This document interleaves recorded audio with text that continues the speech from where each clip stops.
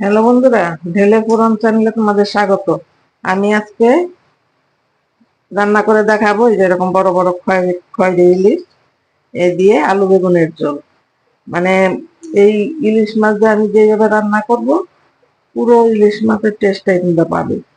তো দেখো, আমি এখানে পরিমাণ মতো লঙ্কা বাটা, হলুদের গুঁড়ো আর কিছুটা পরিমাণ নুন দিয়ে রেখেছি। মাছগুলো আমি এবার মেখে নেব। তো দেখতে থাকো। আর ভালো লাগলে প্রথম থেকে শেষ পর্যন্ত ভিডিওটা দেখো, আমি কিভাবে রান্নাটা করছি। আর লাইক কমেন্ট করতে ভুলবে না। ভালো লাগলে আমার চ্যানেলটা সাবস্ক্রাইব করে আমার পাশে থাকবে। আমি এবার এইদিকে দেখো, আমি কড়াইতে কিছুটা পরিমাণ সরষের তেল দিয়ে নিয়েছি। এবার আমি একে একে মাছগুলি ভেজে নেব।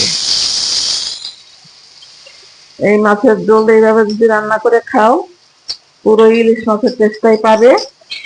এবং কতটা টেস্ট হয় তোমরা একবার বাড়িতে করবে, তাহলে বুঝতে পারবে কতটা টেস্ট হয় এরকম খয়েরি ইলিশ দিয়ে আলু বেগুনের ঝোল করলে। এবার আমি উল্টিয়ে দেব।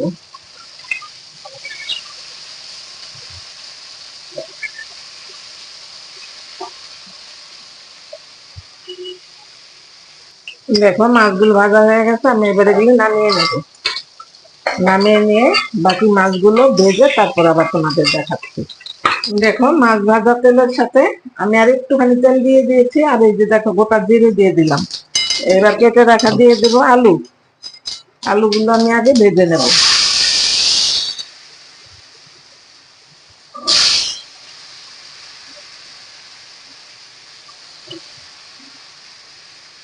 আলুগুলি ভেজে তারপর আবার তোমাদের দেখাচ্ছি।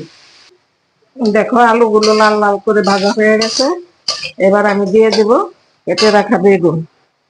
কারণ আলু বেগুন আলাদা করে ভাজার কোনো প্রয়োজন হয় না, এইভাবে যদি তোমরা করো দুইটাই ভাজা হয়ে যাবে। এবার এবারে কিছুক্ষণ ভেজে তারপরে তোমার নুন হলুদ দেবো। দেখো, বেগুন গুলো কিন্তু ভাজা ভাজা হয়ে আসছে। এই পর্যায়ে আমি 8-10টা কাঁচা লঙ্কা, হাফ ইঞ্চির মতো আদা আমি বেটে নিয়েছি, এটা দিয়ে দেবো। আর তোমরা জালটা কম বেশি করে নিও। আর ইচ্ছা তোমরা যদি মনে করো বেটে দেবে না কেটে দেবে, সেটাও দিতে পারো। আর দিয়ে দেবো পরিমাণ মতো লবণ, আর দেবো পরিমাণ মতো হলুদ। এবার আমি আর কিছুক্ষণ কষিয়ে নেব।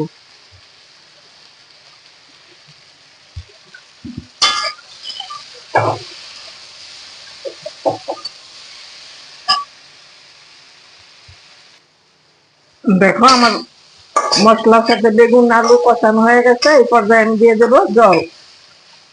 আর খুবই কম মশলা দিয়ে আমি ঝোলটা করে দেখাচ্ছি। মানে তোমরা বিশ্বাসই করতে পারবে না যে এত কম মশলা দিয়ে যে এরকম টেস্টি একটা রেসিপি হয়।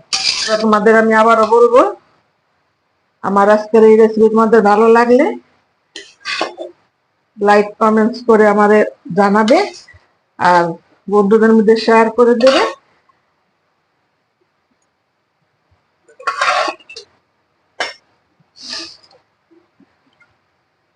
আর বাড়িতে একবার করে দেখবে এইভাবে। গোটা জিরে ভেজে নিয়ে বেটে নিয়েছি, এবার এইটা দিয়ে দেবো। এই মশলাটা দিলে তরকারি টেস্টটাই চেঞ্জ হয়ে যায়।